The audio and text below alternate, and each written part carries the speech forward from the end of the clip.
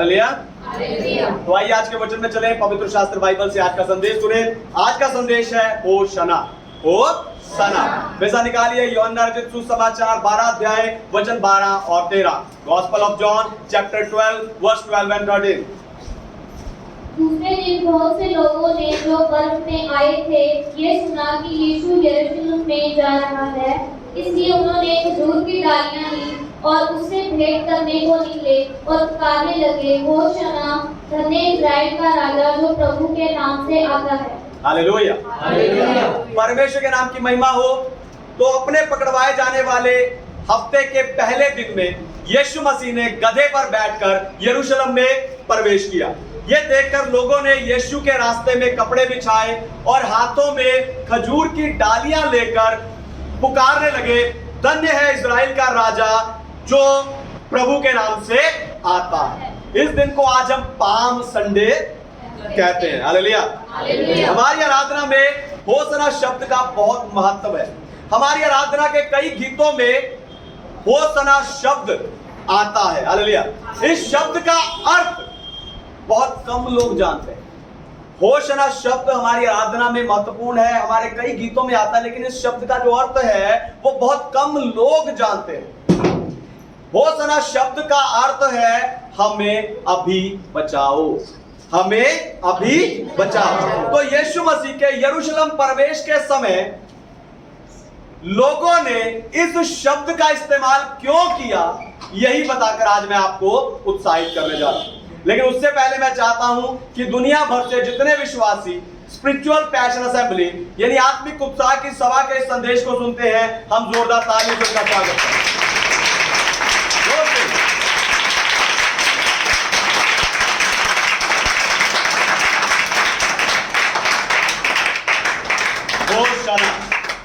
पहली बात, क्योंकि लोग जान गए थे कि यीशु ही मसीहा और राजा है।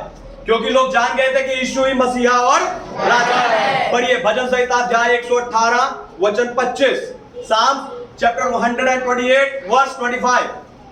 हे यहोवा विनती सुन, उद्धार कर, हे यहोवा विनती सुन, सफलता दे। हालेलुया। परमेश्वर के नाम की महिमा हो। यह होशाना शब्द इसी वचन से लिया गया है। इस शब्द को यहूदी लोग परमेश्वर से छुटकारा और आशीष मांगने के लिए इस्तेमाल करते थे। पर अभी यीशु मसीह के यरूशलेम में प्रवेश के समय यह शब्द यहूदी लोगों के दिमाग में कैसे आया होगा, कैसे आ गया? ध्यान से सुनिए। यहूदी लोग यरूशलेम में फसह के पर्व के लिए आ रहे थे। फसह के पर्व के लिए वो यरूशलेम में आ रहे थे, जो वो मिस्र देश से निकलने की यादगारी के रूप में मनाते थे। हालेलुया। और यीशु अभी, अगर आप 12 अध्याय में पढ़ रहे हैं, अगर आप 11 अध्याय में जाओ, यीशु अभी 11 अध्याय में 4 दिन के मुर्दा लाजर को जीवित करके आए हैं, जो यहूदियों के लिए एक बहुत बड़ा आश्चर्य कर्म था, एक बहुत बड़ा चमत्कार था। क्योंकि यहूदी लोग ये मानते थे कि मरने के बाद भी उस व्यक्ति की आत्मा 3 दिन तक, ध्यान से सुनिए, उस व्यक्ति की आत्मा 3 दिन तक उसी के आसपास रहती है, वो ऐसा मानते थे। लेकिन यीशु मसीह ने लाजर को 4 दिन बाद जिंदा किया है, इसलिए उन्हें समझ आ गया कि मसीहा और राजा यही है। हालेलुया।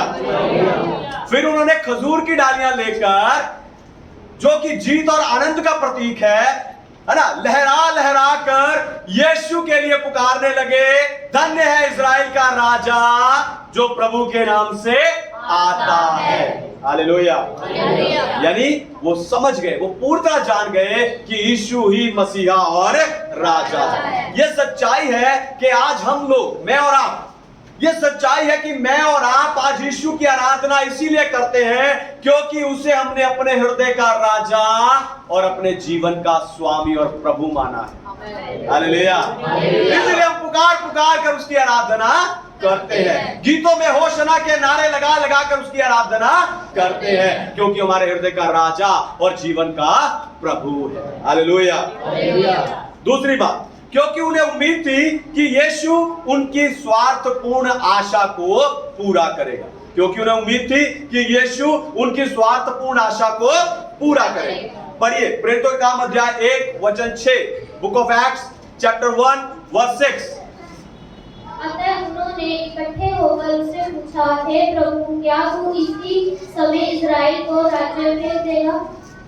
हालेलुया, हे प्रभु, क्या तू इसी समय इस्राएल का राज्य फेर देगा?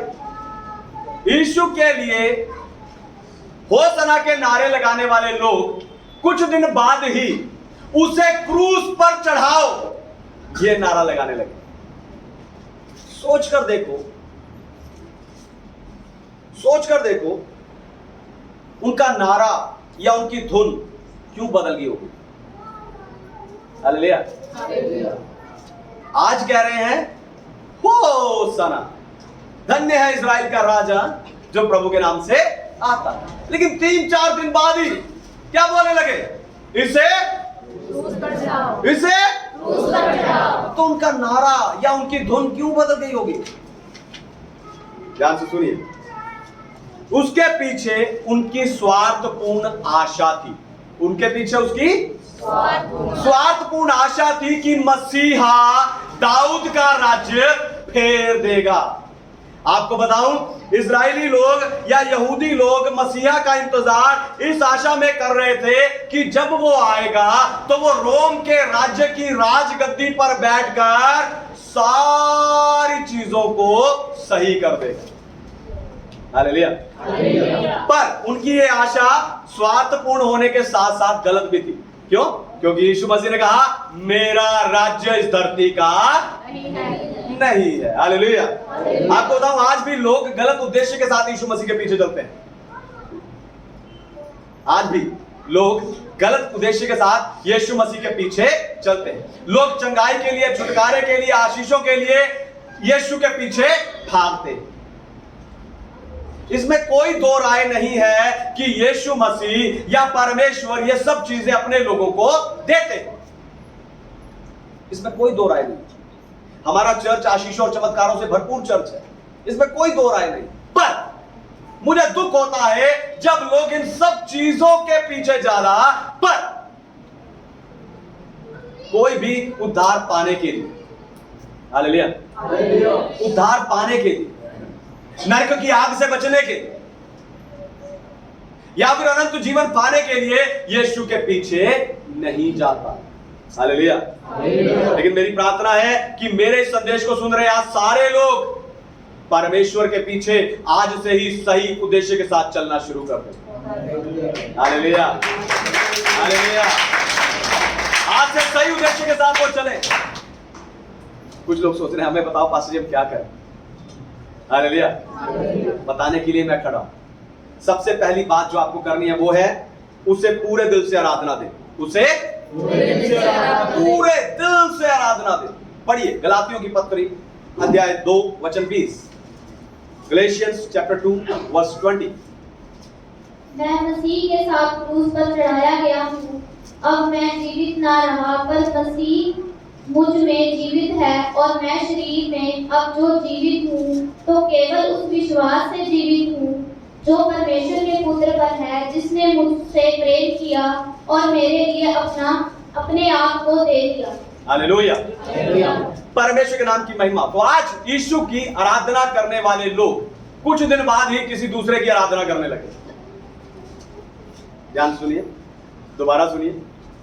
आज होसना के नारे लगा रहे हैं, धन्य इस्राएल का राजा जो प्रभु के नाम से आता है। कुछ दिन बाद ही किसी दूसरे की आराधना करने लगे। क्यों? क्योंकि यीशु की आराधना करते समय उनके मन में कोई और था। हालेलुया। आपको बनाऊं, आपके हृदय से निकलने वाली आराधना के योग्य सिर्फ यीशु मसीह है। हालेलुया। इस दुनिया में कोई भी व्यक्ति है, कोई भी मनुष्य है जो पाप में है, उद्धार पाना चाहता है, उस व्यक्ति के हृदय से निकलने वाली आराधना के योग्य सिर्फ प्रभु यीशु मसीह है, क्योंकि उसने आपके लिए अपने आप को क्रूस पर बलिदान कर दिया। हालेलुया। यीशु के पीछे बिना स्वार्थ के चलने वाले लोग अपने हृदय की गहराई से निकलने वाली आराधना का बलिदान उसे चढ़ाते हैं। कब? जब वो समझ जाते हैं कि यीशु ही मेरे लिए उद्धार करता है। हालेलुया, है ना। ये वचन संत पौलुस के हृदय की आराधना को बता रहा है। गलातियों 2:20 ये वचन संत पौलुस के हृदय की आराधना का उदाहरण है। सोचकर देखो कि संत पौलुस का यीशु मसीह के साथ, परमेश्वर के वचन के साथ, उसके क्रूस के साथ, उसके बलिदान के साथ, उसके मरने के साथ, उसके जी उठने के साथ कितना गहरा रूप से उसने उसे जान लिया होगा कि उसके हृदय से उसकी आराधना निकल रही है। ऐसी आराधना निकल रही है क्योंकि उसने उन सब चीजों को अपने हृदय की गहराई के साथ जान लिया है। हालेलुया। आप यीशु को और उसके बलिदान को कितना समझे?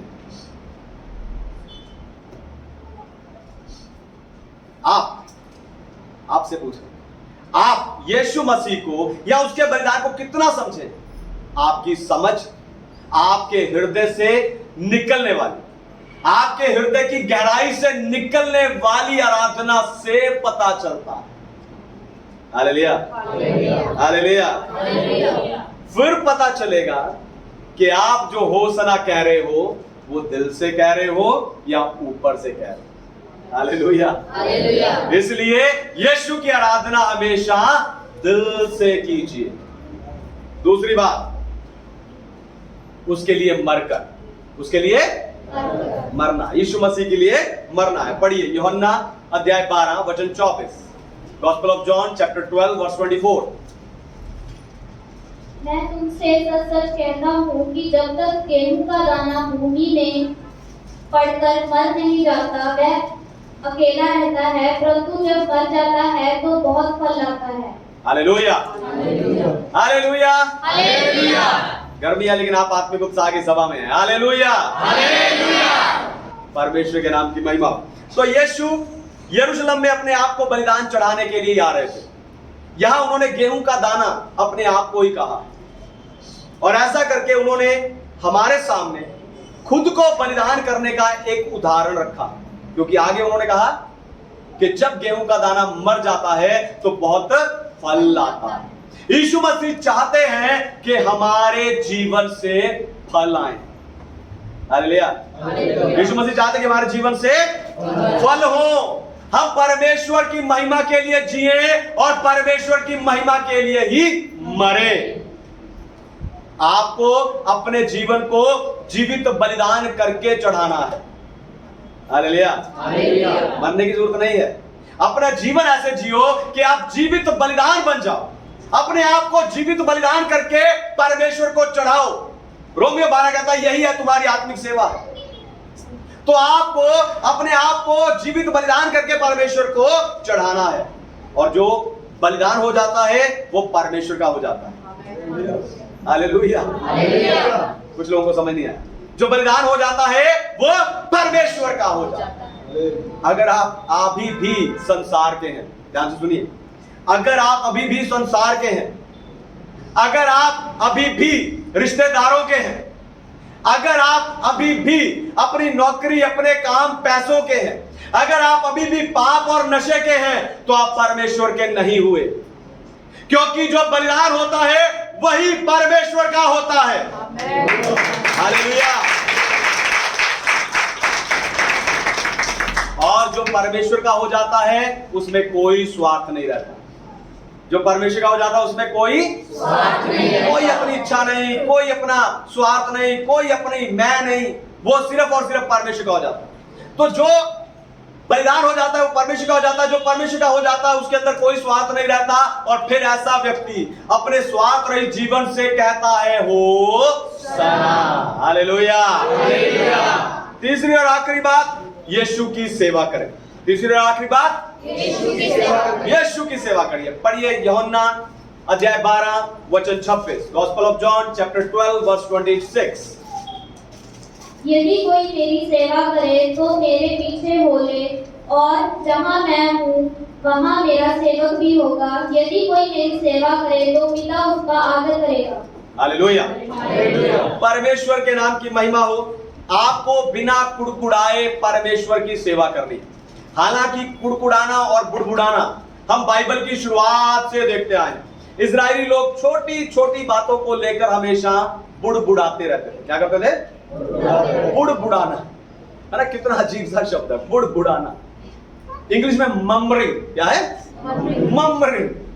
मैं कहता हूं हर भाषा में ऐसा ही होगा, अजीब सा, क्योंकि ये काम ही गलत है। हालेलुया। तो आपको बिना कुड़कुड़ाए परमेश्वर की सेवा करनी है, लेकिन इजरायली लोग शुरुआत से ही छोटी छोटी बातों के लिए क्या करते आए हैं? परमेश्वर के लिए बुड़बुड़ाते आए हैं। अगर आप भी चर्च को लेकर, पास्टर को लेकर, आराधना को लेकर, गीतों को लेकर, दान दशमांश को लेकर, भवन का किराया देना, इसे लेकर बुड़बुड़ाते हैं, इन छोटी छोटी बातों के लिए बुड़बुड़ाते हैं, तो इसका अर्थ है कि आप यीशु की सेवा करना नहीं चाहते। हालेलुया। अगर आपके जीवन में भी कुड़कुड़ाना बुड़बुड़ाना है तो आप यीशु की सेवा करना, इसके लिए आपको चाहिए कि आप अपने कमरे में जाएं, द्वार बंद करके प्रार्थना में बैठकर पहले अपने मन को परमेश्वर के सामने सही करें। हालेलुया। अगर कोई गलती नजर आती है तो उसे ठीक करें और अपने अगुओं की मदद लें, जो हर परिस्थिति में, हर हालात में परमेश्वर की सेवा करते हैं, क्योंकि केवल तभी आप सही जीवन के द्वारा कह पाएंगे होशाना। धन्य है इस्राएल का राजा जो प्रभु के नाम से